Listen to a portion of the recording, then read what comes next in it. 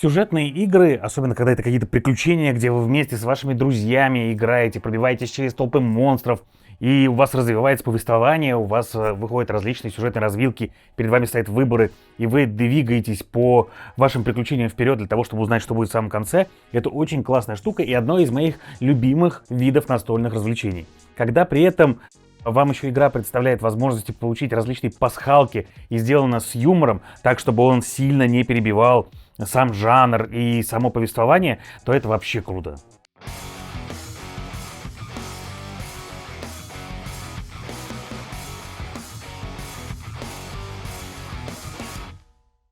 Итак, всем привет, с вами Юра, вы смотрите Geek Media. На столе у меня сегодня Лоботомия 2, многими долгожданная игрушка. И это именно вторая часть игры, по одной простой причине, что первая игра была немножко недоделана, и она игралась только сессионно. То есть вы могли сесть за игру, отыграть ее, и после этого, как и в Зомбициде, садиться и играть другую ее часть. Ну, в Зомбициде, правда, можете теперь с дополнениями играть тоже повествование и сюжет. Но здесь теперь во второй части Лоботомии есть оба этих варианта. То есть вы можете взять и вступить в кампанию и постепенно проходить ее с вашими друзьями, следуя пути сюжета. Или, соответственно, можете отыграть ее сессионно. Там есть специальный режим, так называемые дневные кошмары, где вы будете играть небольшие сценарии, и если вы даже хотите в рамках дневных кошмаров, то можно эти сценарии между собой вязать, и у вас следующий сценарий будет начинаться там, где закончился предыдущий. То есть в целом разнообразие того, как поиграть в это приключение, у вас достаточно много. А по истории игры вы содержитесь в психиатрической лечебнице. И при этом ваши персонажи, они не очень хорошо помнят свою жизнь до того, как оказались в камерах изоляции. И поэтому все, что они знают о своей текущей жизни, это то, что они прочитали из книг, насмотрелись в фильмах, может быть, мультфильмах или сериалах, и они немного ассоциируют себя со своими персонажами. То есть вы можете понять, что у нас вот здесь, например, в каждом персонаже будут различные отсылки к поп-культуре, просто потому что наши персонажи научились, скажем так, из фильма, и они верят в то, что они могут делать то, что делали бы персонажи там. Ну, то есть тот же самый Иан Макфеллоу, у него есть специальная способность, которая говорит: ты не пройдешь. Ну и в целом игра полна как бы таких вещей. Очень важный и интересный аспект игры заключается в том, что ее повествование завязано на идее того, что вы точно не понимаете. То есть вы знаете, что вы нездоровы, вы знаете, что у вас не просто так поместили сюда, там у каждого есть своя предыстория, почему он попал именно в эту организацию. Но вы не понимаете, происходит ли то, что с вами реально, или то, что с вами происходит нереально. То есть вот эти вот санитары, которые выглядят как полнейшие монстры, это действительно их захватили какие-то демонические сущности, и теперь они хотят вас убить? Или это действительно просто обычный санитар, который как бы в ваших глюках и в вашем воображении кажется таким монстрическим и монстроидальным? Но тем не менее, испытывать судьбу вы не хотите, и поэтому вы организовываете побег. Побег вы организовываете, начиная в первом сценарии, прямо из своих камер заключения. И первый сценарий игры сделан таким образом, что, играя его, вы, в принципе, узнаете все правила. То есть, по факту, книжку правил читать не обязательно. Вам нужно будет прочитать там первые 4-5 страниц, и для того, чтобы узнать базово, что могут делать персонажи. А потом сама игра будет вести вас по этому приключению, и вы постепенно будете узнавать все новые механики, как взаимодействовать с теми или иными предметами, как работает вот эта вот полоска, по которой двигается босс, как работают враги, как вы вскрываете шкафчики, как вы применяете снаряжение, как вы его улучшаете и так далее. Все вам игра постепенно расскажет в ходе первого сценария, который при этом еще и повествовательный, и он вас ведет в сюжет в общий. А от него вы потом пойдете уже дальше и будете, соответственно, проходить свои приключения. Каждый герой получит себе персонажа, будет передвигаться по игровому полю вот по этим клеткам. Клетки бывают разного размера, поэтому клетки они условно. То есть где-то это комната, где-то это полкомнаты, они разделяют специальными линиями или дверями. Монстры будут активироваться в конце вашего хода, когда все игроки отходили. Появляться монстры будут тоже новые на игровом поле, и вам нужно будет пробиваться и выполнить цель вашего сценария. При этом цель сценария вы не всегда знаете изначально. Иногда вам будут говорить только промежуточные цели. То есть, например, в промежуточной цели первого сценария вам нужно выбраться из ваших камер, и тогда что-то дальше случится.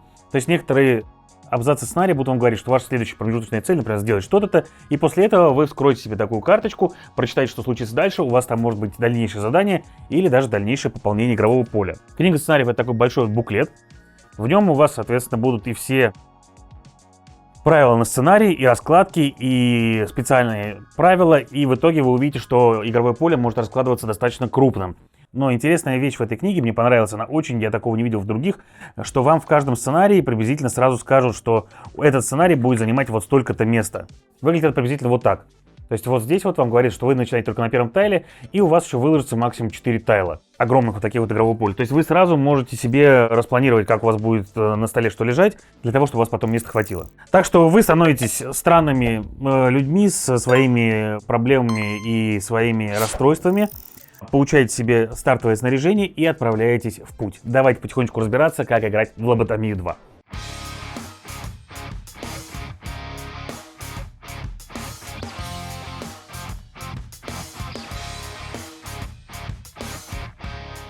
Итак, каждый игрок в свой ход может сделать 3 действия. И эти действия могут быть достаточно разные. Он может перемещаться, и когда он перемещается, он получает себе 2 очка движения, которые он может тратить на переход в соседние зоны или на открытие дверей. И вот, например, там Джоанна, она открывает дверь первым очком движения и выходит вот сюда. Все, у нас дверь открылась теперь, Джоанна первое свое действие потратила. Вторым действием она могла бы проатаковать вот эту вот адскую гончую, например, могла бы пойти в какое-то другое место, могла бы, если бы находилась на клетке с одним персонажем, передать ему какие-то предметы. Ну, то есть достаточно классический для жанра Dungeon Crawler. И вот если бы мы хотели поатаковать вот этого врага, это вот эта адская гончая, мы набрали бы себе кубиков, которые у нас есть. У нас есть вот предмет проща. У предмета прощи показан его основной параметр. Основной параметр его это ловкость. Ловкость у Джоанны 3. То есть мы взяли бы себе 3 зеленых кубика. Это наша база была. Поскольку проща говорит, что мы можем атаковать на расстоянии 0,1, то есть мы можем из нее стрелять в свою клетку или в соседнюю, мы, соответственно, спокойненько достаем себе до адской гончей. У адской гончей у нас здесь написано, что у нее в защите 1 кубик, и мы берем, соответственно, еще один синий кубик. И после этого бросаем все кубики вместе. Кубики все бросили, и у нас здесь на кубиках есть специальные символы. Первый символ — это фактически попадание, это шип для лоботомии, он нам полезен будет. У нас их раз, два, 3. Дальше. Есть еще символ с молнией, вот такой вот. Этот символ позволяет вам применять различные эффекты. Но у нас стартовое только снаряжение, на нем особо никаких эффектов важных нету, поэтому молния нам здесь ничем не поможет. И есть еще один специальный символ, это безумие. И вот за каждый символ, который выпал на ваших кубиках, то есть как, у нас сейчас есть в этом броске мои кубики и кубики собаки, а на моих кубиках, если выпал символ безумия, я возьму себе один жетончик безумия и положу на планшет. Это наша внутренняя игровая валюта, которая нам будет очень полезна. А у них выпал, соответственно, щит. И поэтому 3 попадания минус 1 щит, 2 урона получает собака, у нее всего 1 жизнь, и поэтому этот пёсель уезжает. Но при этом у пёселя есть специальная способность, что если бы на его кубике выпала бы как раз молния, на его кубике, вот такая вот, например, то он, соответственно, просто весь урон избежал, она уклонилась, и мы в нее не попали из нашей прощи. Вот так вот просто работают механики. При этом с ходом игры у вас получится, что ваши возможности и силы нарастают, и нарастают они за счет следующих вещей. Во-первых, например, можно будет предметы улучшать. Для этого нужно будет искать хлам, и мы будем класть специальные жетончики вот сюда, вот, что у нас вот этим действием предмет улучшен. И в следующий раз, когда я буду бросать, у меня уже молния на этом же самом предмете будет давать лишний шип. То есть в том броске, который у меня был бы уже 4 шипа для лоботомии, то есть 4 успеха. Также мы имеем возможность атаковать не только тем оружием, которое есть у нас будут специальные карточки расстройств, их 4 колоды. Есть, соответственно, тревожный невроз, агрессия, ОКР и шизофрения. Каждая из этих колод отвечает за отдельный аспект игры. То есть, например, агрессия — это будет колода, которая дает вам всякие атаки и усиливает ваши атаки. Тревожный невроз — это, например, колода, которая, наоборот, помогает защищаться. Она полезна, например, для персонажей, которые будут играть танками, которые захотят на себе держать много урона и выживать подольше. И так далее. Там есть колода, которая просто творит всякую дичь, и вам будет интересно посмотреть, как она работает, когда вы берете себе карточки. У каждого персонажа написано на планшетике на его, какие карты конкретно он может использовать, из каких колод, а какие не может. И его у них может быть 4 максимум. Оружие максимум 2, предмет защиты максимум 1. И вот у нас предмет защиты. Изначально мы будем только в смирительной рубашке, и она дает достаточно мало защиты, но это все-таки лучше, чем ничего. И мы сможем найти себе, конечно же, новые предметы, новое снаряжение. И это огромные колоды, в которых много всего разного интересного. Там можно от МС-16 и пистолетов найти до всяких, даже, сейчас покажу, вот, например, таких вот предметов. А чтобы их искать, нам нужно оказаться в зоне с такими ящиками. И это еще одно действие. И, на мой взгляд, это как раз такое самое классическое действие, которое показывает, в принципе, как работает игра и как работает в ней юмор. Когда вы находитесь на жетоне со шкафом, в клетке с жетоном со шкафом, вы можете этот шкафчик вскрыть. И в нем будет написано, что в нем находится. То есть, например, оружие, видите, 2, ключ 2, таблеточки 1 и 0 хлама.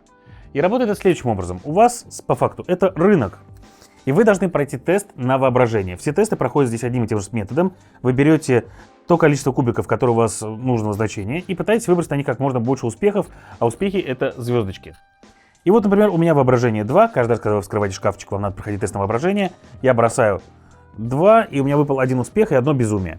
И вот за 1 успех я себе с этого жетона могу купить всего лишь 1 таблеточку, но зато получу себе еще 1 жетончик безумия. Это было бы здорово. Но если бы я выбросил, например, вот так вот, то у меня было бы 4 успеха, 4 звездочки внутри счетов тоже считаются. И я мог бы купить себе карточку оружия и карточку, соответственно, снаряжения. Как это работает в рамках игры? Почему мы точно не знаем сразу, что там лежит и почему нам нужно для этого воображение? Это очень хорошо описывается, сейчас я дам вам небольшой спойлер в самой игре. Потому что когда один из ваших персонажей впервые вскрывает шкаф, вам говорят: вы залезаете туда и понимаете, что вам нужно найти что-то полезное для того, чтобы бороться с теми монстрами, которые выходят против вас в этой злосчастной клинике. И вы думаете, что могло быть там полезного? И ваши мысли говорят вам о том, что в этом шкафу максимум, что можно было найти, это шип для лоботомии. И вы действительно находите себе шип для лоботомии. И вот ваш персонаж его берет и думает: блин, а ведь я же мог представить, что там автомат Калашникова. И вот эта вот штука с тем, что воображение ваших персонажей работает и влияет на игровой мир, и влияет на то, как они себя сами представляют, работает по всей игре. То есть у вас там будут моменты, когда вам нужно будет пройти тест на воображение, чтобы у вас оказался какой-то нужный предмет в руках. У вас постоянно игра будет отсылать к тому, что типа, блин, вы задумываетесь о том, что вот вы действительно, замахав руками, из кладового заклинания пустили огненный шар и испепелили того мутировавшего санитара.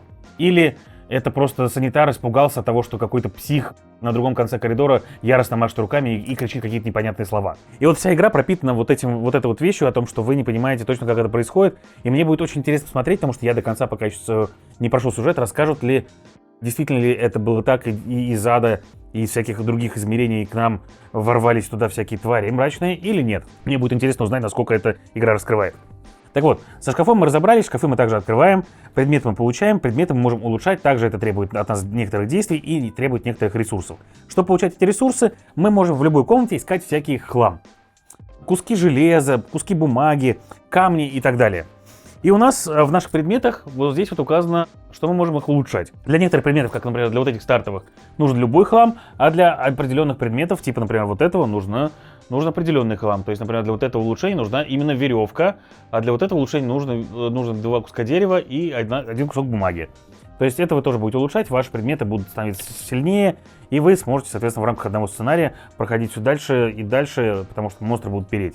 Но игра эта называется лоботомия облава не просто так. Облава она потому, что как только вы вырвались из камер, на вас открывается охота, вызывают егеря, который местный шериф заодно, санитары начинают бегать за вами, даже выпускают собак, и приходят, соответственно, вот эти вот стейт-труперы, это патрульные, которые будут вас ловить и искать, пытаться запереть вас обратно в ваших камерах. И вся она...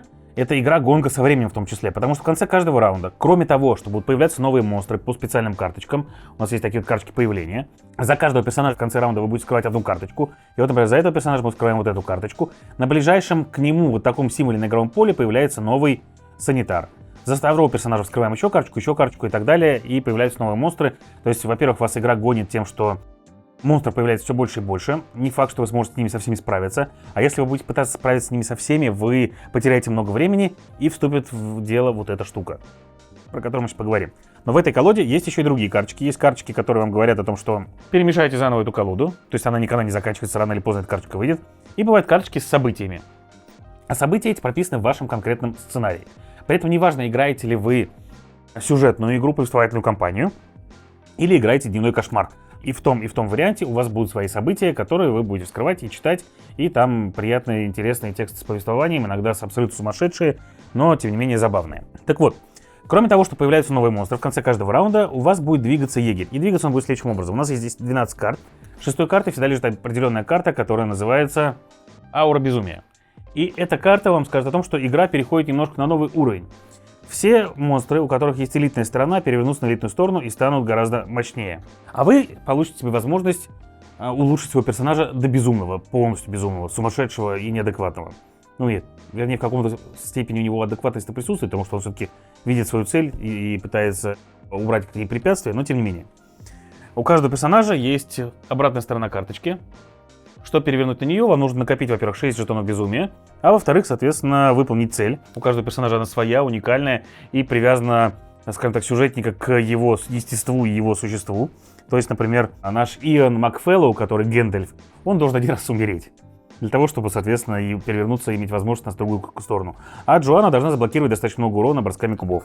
У каждого оно свое. Там у нас есть Геральт, фактически здесь у нас Джон Уик и так далее. Там персонажи все очень стильные, атмосферные. И в дополнение их есть еще более прикольные персонажи. Например, мне вот очень нравится Доп, в котором вроде как посвящен отделению, в котором содержатся злодеи и преступники. И там отсылки к Пингвину, Джокеру и Харли Квинн. Там прям прикольно. Так вот, кроме всего этого, мы можем использовать свои карты различных расстройств, которые могут давать нам атаки или какие-то дополнительные действия. А также можем использовать свои способности на листе персонажей. У каждого персонажа они бывают пассивные, а бывают активные, которые требуют от вас платы в безумии, в очках безумия. И вот эта плата указана здесь. И это могут быть очень мощные атаки. То есть, например, там вот у Джоанны есть удар Зевса. И это очень мощная атака, которая бьет по всей клетке, наносит урон всем сразу в ней, бросает 3 крутых красных кубика. Это более мощные кубы, чем зеленые атакующие кубы. И при этом, соответственно, ей еще не нужна линия видимости. То есть она может из этой клетки ударить, например, вот сюда, не видя эту собаку. И если бы здесь было несколько раз, сразу бы впаял бы всем. Включая своих, кстати, что не очень все приятно. Но когда егерь передвигается на одну клеточку вперед, он вскрывает эту карту. На ней может быть ничего, и тогда вам повезло. А могут быть всякие усиления. Например, вот здесь вот о том, что у вас все ваши патрульные постовые, которые будут ходить по игровому полю, резко научились в этот ход стрелять, потому что им шериф дал по рации команду открыть огонь. Что-то ваши подопечные слишком сильно разбушевались. И они получают себе новую атаку, которая еще с лишним кубиком зеленым, да еще и стреляет на 0,2 клетки, и вашу тактику придется немножко, видимо, поменять. То есть ходить, закрывать двери и так далее. Линия видимости и все остальные перемещения, передвижения достаточно неплохо прописаны в правилах. Я думаю, вы с ними без проблем справитесь. В принципе, правила игры хорошо прописаны и достаточно простые для того, чтобы вы могли с ними разобраться. Но что будет происходить? Мы не всегда будем играть на таком маленьком игровом поле.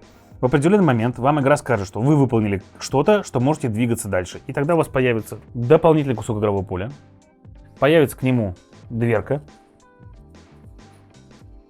Сразу же на нем теоретически могут появиться монстры. Это все будет прописано в сценарии. И у вас продвинется ваш сюжет. Вы сможете идти дальше. Как вы видите, точки появления появились новые.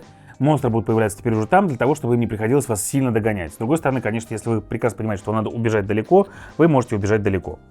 Помимо прочего, вы сможете получать себе время от времени лекарства. Лекарства — это специальные жетончики, они 4 цветов, вот таких вот, зеленый, синий, красный, коричневый. И после своего броска, когда вы видите, что вы недовольны, вы можете принять лекарство для того, чтобы добросить дополнительные кубики соответствующего цвета. И если, соответственно, в атаке вы будете глотать зеленые и красные пилюльки, для того, чтобы кубики добросить, а если вы в защите, то синие или коричневые.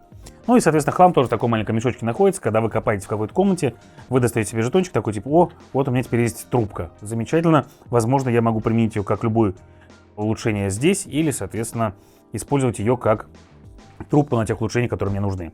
И вот я сказал про то, что игра по правилам простая, игра по механикам достаточно простая и понятная, но по напряжению, которое оказывается на игроков, она достаточно сложная.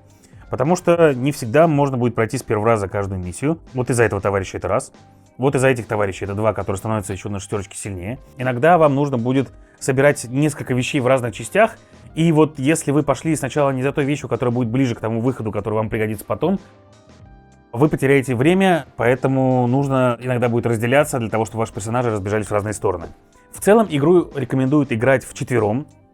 Но если вы будете играть меньшим составом, в игре есть специальные карточки, которые называются карточки усложнений и облегчений. И если вы играете меньшим составом, игра вам предлагает, что вам нужно сделать себе некое облегчение, выбрать одну из этих карт и изменить немного условия базовой игры для того, чтобы вам стало немножко полегче. То есть там может появиться то, что у вас таблетки, когда вы получаете вместо одной, вы всегда берете две, что может быть больше хлама используете, или может быть даже, что для любого улучшения вам нужен любой хлам. Там разнообразные карточки, их штук 6 или 7, наверное, и его может подобрать ее себе. А если, наоборот, вы видите, что вы типа вместе всех подряд и из сценария в сценарий, не знаю, как вы это делаете, побеждаете просто вот на раз так, то можете эти карточки взять себе усложнение. 3 вида базовых монстров — это не все, что встретится вам в игре. Рано или поздно, по сценарию, к вам будут выходить специальные элитные монстры. И у них уже свои механики. И они гораздо сильнее, они гораздо быстрее, они гораздо толще, чем обычные монстры. Даже чем те, которые усиленные обычные монстры. И с этими ребятами нужно будет справляться отдельно. Но если и этого мало, то по некоторым сценариям к вам будут выходить боссы. И не всегда это будет он. Он все-таки здесь участвует в основном как таймер. Боссов в игре целая пачка. У каждого из них своя механика абсолютно, потому как он двигается, как он бьет, как он будет справляться с вами. А некоторые боссы не то что как бы пользуются только этой механикой, у некоторых боссов есть своя собственная колода. Вот, например, у того же самого егеря или у Виндиго есть своя специальная колода карт, которую он будет скрывать при определенных обстоятельствах для того, чтобы усиливать свои атаки, двигаться быстрее, прыгать от одного игрока к другому и творить всякую дичь. Скажем так, впервые с боссом небольшим вы встретитесь уже во втором сценарии, и он вам покажет, что, ребята, как бы все, что вы до этого делали, и это прям вообще фигня полная, потому что с ним справиться будет очень непросто. При этом боссов уничтожать не в каждом сценарии нужно будет для того, чтобы выиграть сценарий, но в некоторых сценариях это будет необходимо. Ну, еще важный момент, который можно отметить, он для некоторых игроков достаточно важен, и в нем есть, соответственно, как бы и положительные стороны, и отрицательные стороны. Положительная сторона — это то, что вы можете играть сценарии последовательно с разной компанией. То есть просто рассказав, соответственно, что у вас там было в предыдущем сценарии, вы сажаете нового игрока, даете ему нового персонажа и погнали, типа, все без проблем. То есть вы играете на 3 игроков первый сценарий, на 5 игроков второй сценарий, на 4 игроков четвертый сценарий и так далее. И при этом вы можете попробовать всех персонажей, в том числе те, которые из дополнений, потому что фактически это никаким образом не скажется на вашей игре. Потому что каждая, и вот здесь вот это может кому-то не понравиться, каждая новая партия по факту начинается с нуля. То есть вы получаете в начале каждой партии свою базовую раскладку. Ничего из предыдущей партии не переносится, если вам сам сценарий не сказал перенести. Вы получаете стартовые предметы, они прям помечены как стартовые предметы.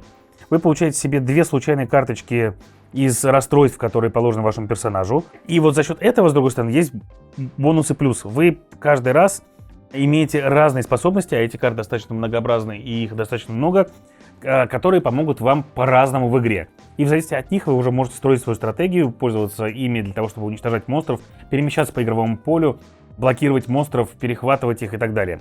И каждый раз, соответственно, у вас каждая партия будет проходить немножко по-разному. То есть вам не придется набирать больше карт, чтобы скинуть предыдущие, а у вас уже с самого начала будут новые способности, в плюс к способности вашему персонажу. В целом, несмотря на то, что у персонажа вроде как 3 способности всего на старте, по факту новые карточки этих способностей догоняют его до 5, а потом становится их еще больше, у вас появляются новые предметы, они тоже своими способностями, и вы за счет этого можете творить всякие разные интересные вещи на игровом поле.